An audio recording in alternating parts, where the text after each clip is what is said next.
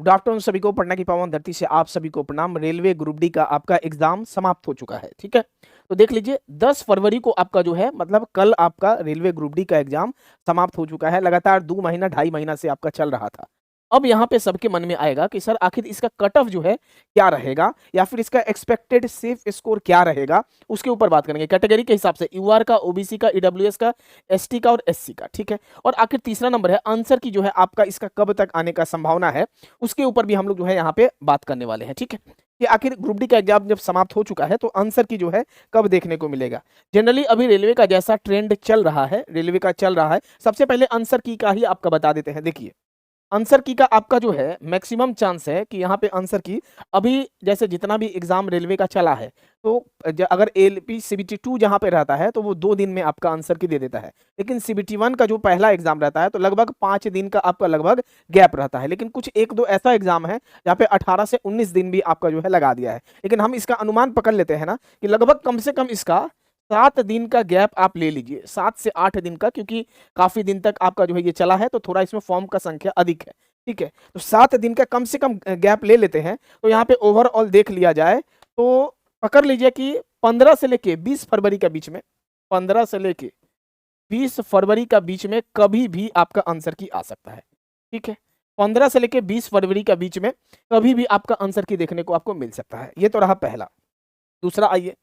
दूसरा आइए हम लोग जो है बात करेंगे कि यहाँ पे एक डाटा हम कल ही पोल किए थे, आप देख लीजिए। रेलवे ग्रुप डी एग्जाम 2025-26 होना चाहिए में आपका अटेम्प्ट कितना, हम अटेम्प्ट का यहाँ पे बात किए हैं। अटेम्प्ट मतलब स्टूडेंट करके आए हैं, उसके बाद उसमें गलत होगा, ठीक है।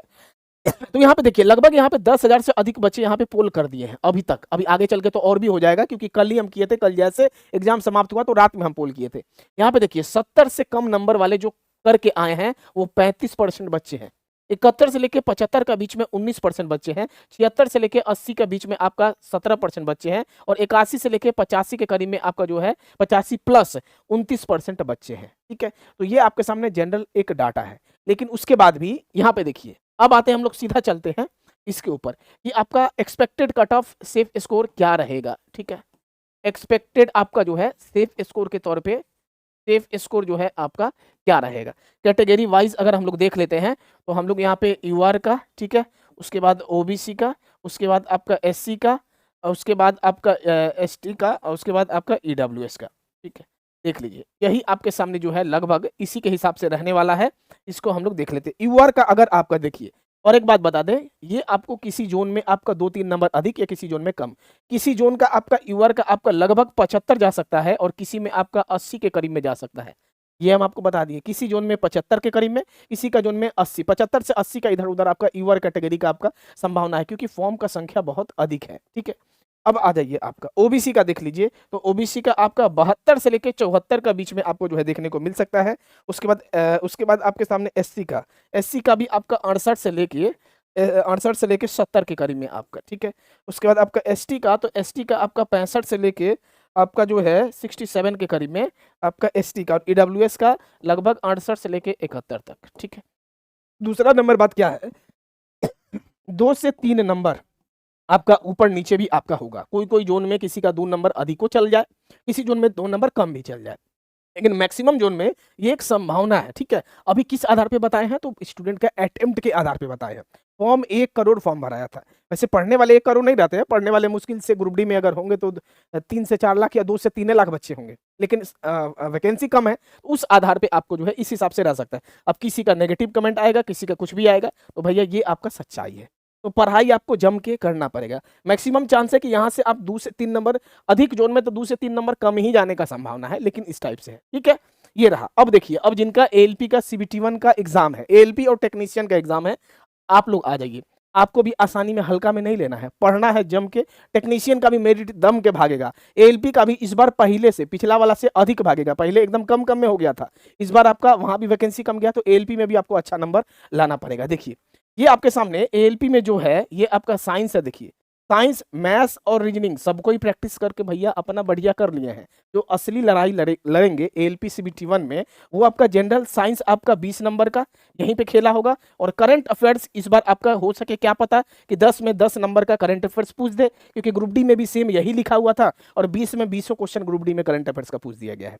तो साइंस और करंट अफेयर्स को आपको जम के जो है आपको तैयारी करना पड़ेगा। तो साइंस के लिए तो हम ऑलरेडी दे ही दिए हैं, सबके पास अवेलेबल है। 2500 साइंस कहीं से पढ़े हैं, वो 2500 साइंस एनसीईआरटी का ओरिजिनल क्वेश्चन आप लोग लगा लीजिएगा। साइंस का तो हम दे ही दिए हैं, लेकिन कुछ बच्चे का करंट अफेयर्स का भी आ रहा है। साइंस के लिए आपको कहीं से नहीं जाना है, अब बस इसमें से कुछ सिलेक्टेड चैप्टर है, ये जो 2500 साइंस एनसीईआरटी है, इसको आपको एकदम एकदम दिमाग में बैठा लेना है। और कुछ लोग परेशान हैं, हम पीडीएफ भी दे दिए हैं, इसका पीडीएफ आप लोग प्रिंट कर सकते हैं, और टेस्ट सीरीज भी है, लेकिन टेस्ट के अंदर सॉल्यूशन को देखिएगा। टेक्नीशियन में आपका जरूर सॉल्यूशन देख के जाइएगा, वहीं से ज़्यादा फायदा मिलेगा, लेकिन हम पीडीएफ भी दे दिए हैं। तो 2500 साइंस एनसीईआरटी का ओरिजिनल एनसीईआरटी जो है, ओरिजिनल एनसीईआरटी जो बुक है, इस पर स्पेशल फोकस किया गया है 9th को और 10th को। 9th और 10th को जनरली इसके अंदर आपको सब मिल जाएगा, एनसीईआरटी बुक क्लास 6 से लेकर 10th तक का।